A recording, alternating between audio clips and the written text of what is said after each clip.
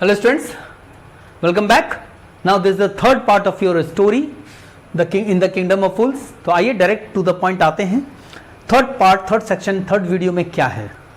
हम उस जगह पे कहानी को छोड़े थे जहां पर राजा ने स्टेक में फिट होने लायक एक व्यक्ति को खोजने के लिए भेजा अपने मंत्रिमंडल से लोगों को, सैनिकों को, कि ऐसा व्यक्ति को खोज के लाओ जिससे स्टेक में फिट हो जाए और उसको मौत की सजा दे देंगे, क्योंकि मर्चेंट दुबला पतला था, ऐसा हो नहीं सकता.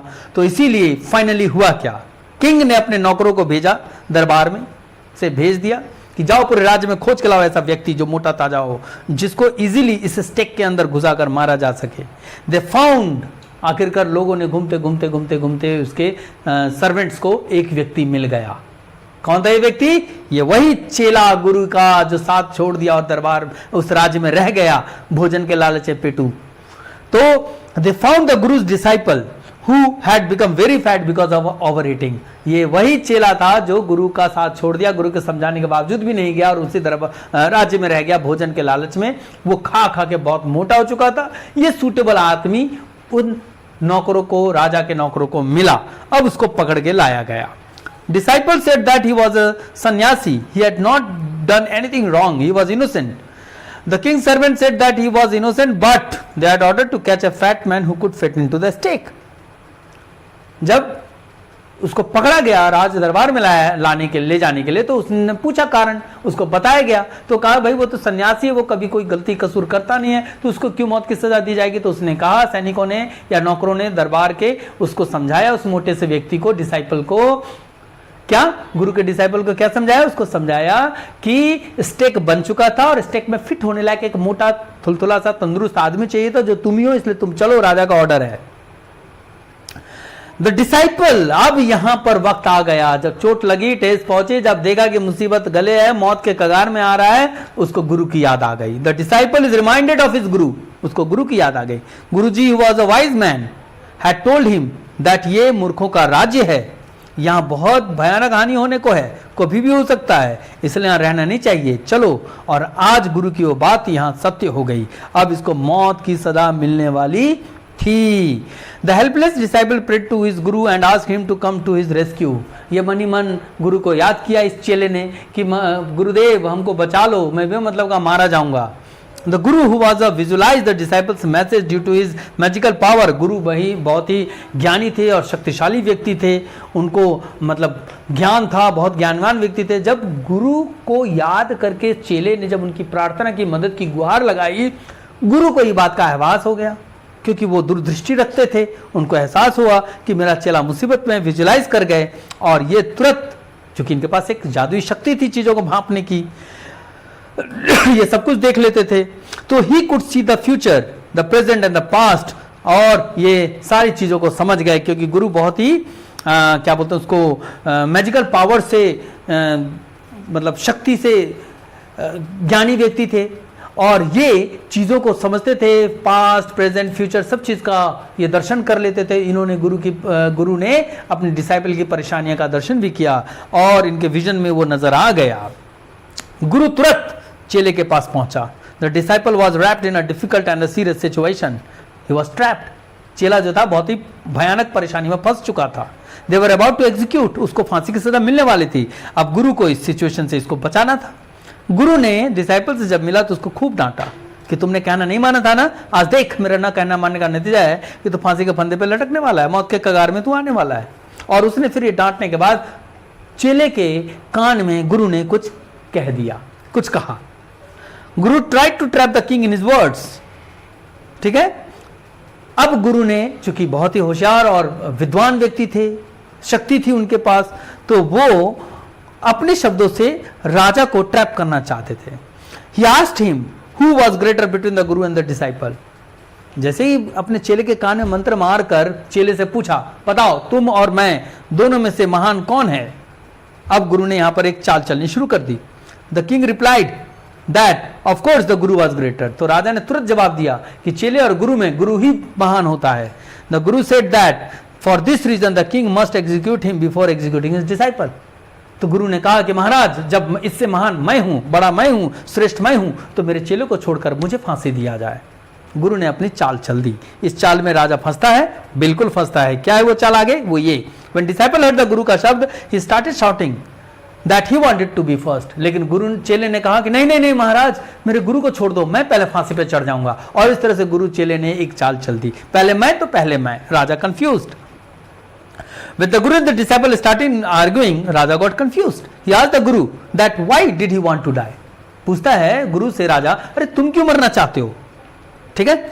और तो गुरु said that they had caught the disciple because he was fatty and wanted to execute it because of the stake. राजा ये भी कहता है कि उसको चेला मोटा ताजा लगा, तंदुरुस्त था, जो इस स्टेक में उस यंत्र में फंस जाता जिसमें दब के कुचल के मर सकता था, और जिसके लिए बनाया था दुबला पतला मर्चेंट था, उससे नहीं होता, इसलिए उसको पकड़ के लाया। तो तुम क्यों मरना चाहते हो? तो गुरु ने रिफ्यूज किया आंसर देने से। उसने कहा कि he wanted to die before his disciple died. कहता है कि नहीं महाराज, नहीं बता सकता, लेकिन मैं अपने चेले से पहले मरना चाहता हूं। अब यहां क्या, यहां ये the king felt that there was some mystery behind it. राजा को लगा यहां पक्का कोई ना कोई राज की बात है। The guru wanted to die before the disciple. अब तो भाई राजा मूर्ख था, उसके मन में लगा कि ये जो चल रहा है कि मैं पहले, पक्का यहां कोई राज की बात है। राजा ने अब ये राज की बात उगलवाने की कोशिश की। There must be some reason behind it. The Guru asked the king to promise him that he would execute him first, wanted to be executed first. तब गुरु कहते हैं राजा को कि महाराज मैं आपको बताऊंगा, इसका शर्त मैं बताऊंगा क्यों मैं पहले जाना चाहता हूं, मरना चाहता हूं, स्टेक में घुस के मुझे मौत पहले मिले। क्यों? चेले से पहले। वो मैं तभी बताऊंगा जब आप मुझे प्रॉमिस करोगे कि मुझे पहले, चेले से पहले मुझे मौत दोगे। गुरु ने अपनी बात रख दी, शर्त रख दी। The king promised that he would execute him first. Then the Guru took the king aside and slowly told him that he had roamed around the whole world, but he had seen a city and a king like him. He added that the stake which they would use to kill the disciple was the stake of justice, as it was new. It had to not killed any criminal. गुरु उसको एकांत में ले जाते हैं राजा को और बताते हैं कि महाराज आप बहुत विद्वान राजा हो, मैंने पूरे दुनिया में भ्रमण किया लेकिन आप जैसा राजा नहीं देखा। ठीक है। और उसने फिर कहा कि महाराज ये पहला ऐसा फंदा है, स्टेक है, जो किसी को मौत की सजा देगी, इसीलिए इस स्टेक का नाम है स्टेक ऑफ जस्टिस, न्याय का प्रतीक है यह। और वो पहली बार किसी को मौत का सजा देगा, कोई क्राइम करने वाले को। तो ये स्टेक जो बना है ये बहुत ही महत्वपूर्ण और बहुत जरूरतमंद स्टेक है, इसलिए मुझे पहले चाहिए। और फिर आगे वो कहता है कि इस स्टेक में जो पहले मरेगा, कौन कह रहे हैं सारी बातें? गुरु। किसको कह रहे हैं? राजा को, कि जो इस पे पहले मरेगा उसकी नया जन्म होगा, और जिसका नया जन्म होगा इससे पहले मरने वाले का, वही इस राज्य का दोबारा उत्तराधिकारी यानी राजा बनेगा। ये बात राजा को गुरु ने समझा दिया। अब आगे क्या? The one who would die next would be reborn as the minister of the king. और उसके बाद कहा गुरु ने कि और दूसरी बार, सेकंड बार में जो मरेगा इसी फांसी के फंदे से, वो उस राजा का जो मर के नया जन्म लेगा पहली बार मौत वाला, वो उसका मिनिस्टर बनेगा। The guru added this and he was tried to life of a sannyasi. और वो फिर आगे कहते हैं गुरु जी कि महाराज अब मैं सन्यासी जिंदगी से बहुत परेशान हो चुका हूं, तो मैं भी राजा बनना चाहता हूं, इसलिए चेले से पहले मुझे मौत दे दो और मेरे बाद मेरे चेले की, ताकि मैं राजा बनूं नए जन्म के बाद और ये मेरा मंत्री बने। ठीक है। अब ये बात जैसे ही राजा को पता चला, after listening to the guru the king was in deep thought. राजा सोच में पड़ गया। He did not want that in the next life कोई और उस राज्य का राजा बने। हाँ, ही डिस्कस्ड, अपनी सारी बातों को वो अपने मंत्री से डिस्कस किया। और उसके बाद राजा ने मंत्री को कहा, king told his minister that he did not want that in the next life इस किंगडम का किंग कोई और बने। He added that the person who had a holy man was a holy man and holy man did not speak lies. और फिर राजा कहते हैं कि वो जो व्यक्ति जिसने ये सारी बात बताई वो एक महता पुरुष है, और महता पुरुष झूठ नहीं बोलते। ठीक है। He says that they should die first, ताकि वो रिबॉर्न होकर ये राजा वापस बन जाए, और जो मंत्री है इसके बाद मरे और वापस वही मंत्री रहें। ऐसी मंत्रणा राजा ने अपनी मंत्री से की, यानी कि साधु के यानी कि गुरु के बातों में राजा आ गया। तो राजा ने अपनी इच्छा रख दी मंत्रिमंडल के बीच, अपने मंत्रालय में। क्या मंत्रियों से कहा कि पहले मैं मरूंगा ताकि मैं राजा बन जाऊं, बाद में तुम लोग बनना ताकि तुम ही मेरे मंत्री रहो। The king told his executioners that he would send the criminals at night। और तब राजा ने ऑर्डर किया फांसी देने वालों को, एग्जीक्यूटर्स को, कि तुम लोगों को आज रात को मिलेगा वो दोषी जिसको तुमको फांसी देना है। आपस में ये लोग फैसला कर लिए और रात को सजा देने की बात का ही पोस्टपोन कर दी, कैंसिल कर दी। Firstly they should execute the person who come first and then execute the second person. और उसने ये भी ऑर्डर कर दिया कि सबसे पहले जो व्यक्ति घुसेगा उसको पहले सजा दी जाएगी और जो बाद में आएगा उसको बाद में सजा दी जाएगी, सेकंड को सेकंड में। And they should be careful and not to make any mistake. और ये कह के राजा ने ये भी कह दिया कि ध्यान रखना इसमें तुम कोई गलती ना करना। At night the king and his minister went to the prison. रात्रि में राजा और उसके जितने भी मंत्री थे सब कैद में गए। इन्होंने पुराने डिसाइपल, गुरु और चेले वाले कपड़े पहन रखे थे। एग्जीक्यूटर को बता रखा था, एग्जीक्यूटर राजा का ऑर्डर का पालन करना था जो राजा ने कहा था, है ना। और इस तरह से राजा को पहले एग्जीक्यूट किया फांसी में और सेकंड टाइम में आया उसके जो मंत्री थे। इस तरह से मूर्ख अपनी विद्या में, मूर्खों के चाल में मूर्ख खुद ही फंस गए।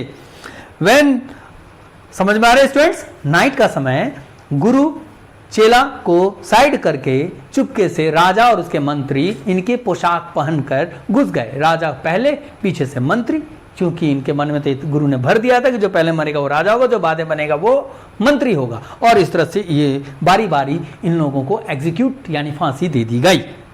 जब सुबह when the dead bodies of the king and his ministers were taken away to be thrown, the people trembled to see the dead bodies of the king and the minister. और जब सुबह डेड बॉडी को निकाला गया फेंकने के लिए तो सब लोग घबरा गए, और ये राजा और मंत्री का डेड बॉडीज है, ठीक है। Everyone in the kingdom was murmuring the death of his king and his minister. सभी लोग बातें कर रहे थे कि राजा और उसके सारे मंत्री कैसे मर गए। In the morning some people thought of the guru and his disciple and felt that they should be of them. और तब बाद में सभी जो उस राज्य के लोग थे इन्होंने फैसला किया कि क्यों ना अब जाकर मिलना चाहिए उस गुरु से और उसके डिसाइपल से। As the guru and his disciple were planning to leave the kingdom, the people stopped them. चूंकि राजा मूर्खता गया, मंत्री मूर्खता में चला गया, उस पूरे किंगडम में अब ये लगा कि राजा और उसके मंत्री तो खत्म हो गए, अब यहां चलाएगा कौन शासन। सब लोगों ने उस राज्य के मंत्रणा की कि गुरु और उसके चेले से मिलनी चाहिए, क्योंकि ये लोग निकलने की प्लानिंग में अब उस शहर को छोड़कर, उस राज्य को छोड़कर। And the people of the kingdom thought that they need a अच्छा गुरु, अच्छा king and a minister, and so they requested the guru and the disciple to be the king and the minister of the kingdom. इसलिए उस राज्य के लोगों ने इन गुरु और चेले के पास पहुंचे और कहा, महाराज हम लोगों को एक अच्छा राजा और एक अच्छा मंत्री चाहिए, तो क्यों ना आप राजा बन जाएं। गुरु से कहा और मंत्री बन जाए आपका चेला। इस तरह से इन्होंने रिक्वेस्ट किया। The disciple agreed quickly, but it took some time to make the guru agree upon this. Disciple वही चेला जी जो भूखे थे और लालची भी थे, पेटूमल थे, वो तुरंत में राजी हो गए। और गुरु को मानने की बारी थी। गुरु को बड़े मशक्कत, मेहनत और बहुत समझाने के बाद गुरु भी चलो राजी हो गए कि भाई किसी का भी भला हो जाए। और finally so the guru agreed to the king of the kingdom, but on the condition that from that day everyone would work in the day and sleep at night. लेकिन मनाने के बाद वो गुरु जी भी मान गए कि ठीक है चलो मैं राजा बनने को तैयार हूँ, और जो चेला था वो मंत्री बन जाए। लेकिन उन्होंने शर्त रख दी, गुरु जी ने क्या शर्त रखी कि आज से इस राज्य में जैसे सामान्य आम लोग जीते हैं वैसे ही जिया जाए, दिन में ही काम किया जाए और रात को विश्राम किया जाए। Okay. Also the cost of the things were very and not one two do for everything, that was the earlier system. और उस राज्य में सब चीज़ों की कीमत वस्तु के अनुसार अलग अलग हो, सबकी कीमत एक ही रुपया हो, ऐसा ना हो जो पहले हुआ करती थी उस मूर्ख के शासन काल में। It would be like any other place where everything had different rates. ये ठीक उसी तरह से जिस तरह से कि और राज्य में और जगहों में सब चीज़ों का अलग अलग चीज़ों का अलग अलग दाम था, उस तरह से। And finally the Guru converted the kingdom of fools into the normal kingdom। और इस तरह से अंत में गुरु ने उस पूरे राज्य को सामान्य राज्य में, नॉर्मल राज्य में तब्दील कर दिया। मूर्खों का शासन खत्म हो गया। इस तरह से kingdom of fools a kingdom of generosity और नॉर्मल हो गया। तो students, this is how the story ends. और आपका ये वीडियो आज समाप्त हुआ। इस चैप्टर को खत्म करते हैं। Listen to the video, listen to the story, read the story too and solve the exercise. Thank you.